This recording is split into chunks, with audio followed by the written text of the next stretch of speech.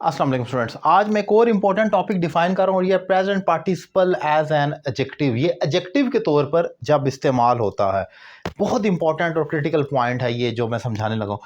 याद रखें, अब होता क्या होता है ये है कि हमारे पास एक नाउन की हालत को बयान करने वाला जो लफ्ज़ है ना, उसको एडजेक्टिव कहते हैं।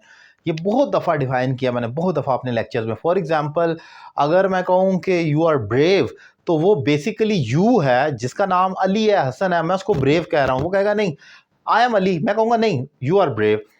असल में अली ही ब्रेव है। मैं नाउन को उसकी हालत से पुकारूं तो वो एडजेक्टिव बन जाता है। उसका नाम ना लूं बल्कि हालत से पुकारूं तो ये एडजेक्टिव हो जाता है। अब जैसे हर चीज़ की हालत होती है कोई ना कोई, इस पेन की भी एक हालत है।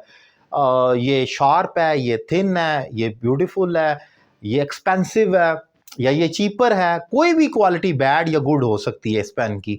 इस वाइट बोर्ड की हो सकती है, इस वॉल, ये दीवार है, इसकी हो सकती है, लाइट्स की क्वालिटी होती है, हर चीज़ की क्वालिटी है। हम चीज़ों को उनके नामों से नहीं, क्वालिटी से पुकारे, वो एडजेक्टिव हो जाते हैं। जैसे ब्रेव, शॉर्ट, लॉन्ग। अब ज़रा आगे चलते हैं। इंग्लिश में ऐसा होता है बाज़ दफ़ा कि एक हालत को बयान करने के लिए डिक्शनरी में कोई एडजेक्टिव का वर्ड मिलता ही नहीं है, तो हम क्या करते हैं कि आईएनजी फॉर्म ऑफ वर्ब को, जो प्रेजेंट पार्टिसिपल जो आईएनजी फॉर्म ऑफ वर्ब होती है, उसको ही हालत बना लेते हैं। फॉर एग्जाम्पल, अगर एक बच्चा क्यूट है तो वो तो क्वालिटी है उसकी, क्यूट है। या वो फैट है, मोटा बच्चा है, तो वो फैट उसकी क्वालिटी है।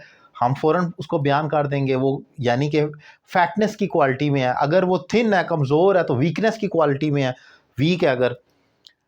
लेकिन अगर वो सोता हुआ बच्चा है, वो सोने की हालत में है, तो डिक्शनरी में आपको कोई एडजेक्टिव नहीं मिलेगा उसकी हालत को बयान करने के लिए। तो हम खुद से ही आईएनजी लगाकर अ स्लीपिंग किड, एक सोता हुआ बच्चा, इस किड की क्वालिटी है कि ये सोता हुआ है, ये इसकी हालत है, तो ये present participle as an adjective बन जाएगा। इसी तरीके से डॉग, फेथफुल, हमेशा सुना है हमने, a dog is a faithful animal. Faithful, अगर मैं कहूँ my dog is really faithful, किसको कहा मैंने? डॉग को। तो ये उसकी क्वालिटी है। लेकिन अगर वही कुत्ता भागता हुआ आ रहा है तो भागना भी उसकी क्वालिटी के तौर पर, अ रनिंग डॉग, एक भागता हुआ कुत्ता, ये भी उसकी क्वालिटी है।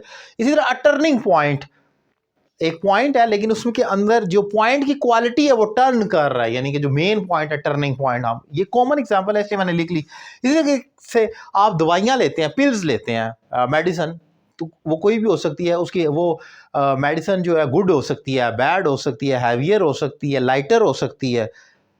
लेकिन अगर वो सोने का काम करती है, आपको सुलाती है, तो सोने वाली गोलियां, तो हम उसको स्लीप के साथ आईएनजी स्लीपिंग पिल्स कर देंगे, आईएनजी लगाकर, यानी कि ये उन पिल्स की क्वालिटी है कि ये स्लीपिंग वाली हैं, तो ये इसका एडजेक्टिव बन जाएगा। सो ये याद रखें कि आईएनजी फॉर्म ऑफ वर्ब हम लगाकर नाउन के साथ उसकी क्वालिटी को बयान कर देते हैं, और उसी को present participle as an adjective कहा जाता है। उम्मीद करता हूँ लेक्चर आपको पसंद आया होगा। Thank you very much.